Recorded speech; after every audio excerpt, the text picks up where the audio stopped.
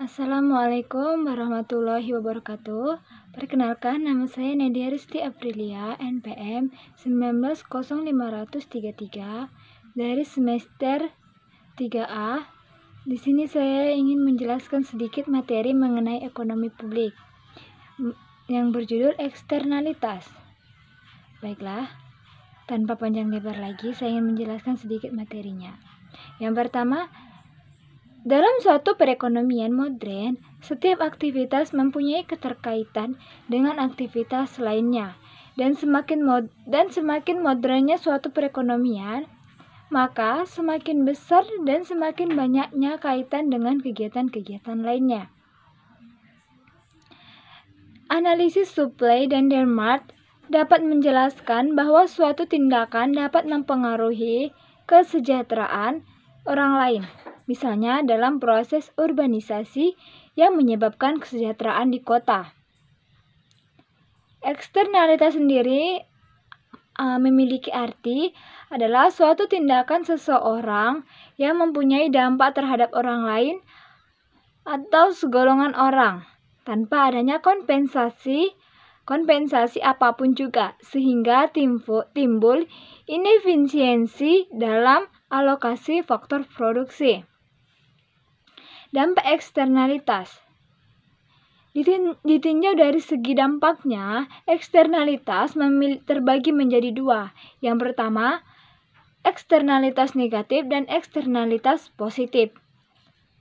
Dikatakan eksternalitas positif apabila dampak yang menguntungkan dari suatu tindakan yang dilakukan oleh pihak terhadap orang lain, karena adanya kompensasi dari pihak yang menguntungkan. Sedangkan eksternalitas yang bersifat negatif, yaitu eksternalitas yang sebaliknya, di mana dikatakan eksternalitas yang bersifat negatif apabila merugikan dari suatu tindakan yang dilakukan oleh suatu pihak terhadap orang lain karena adanya kompensasi dari pihak yang dirugikan. Kasus eksternalitas dibagi menjadi 4. Yang pertama, kasus eksternalitas produksi negatif.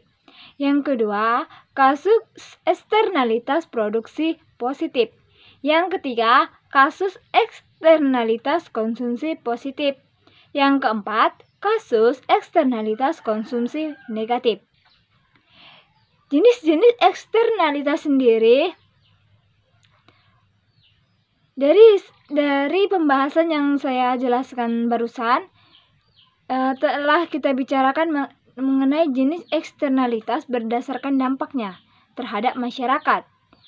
Selain pemisahan menurut dampaknya, eksternalitas juga dapat dibedakan antara pihak-pihak yang melakukan dan pihak yang menerima akibat.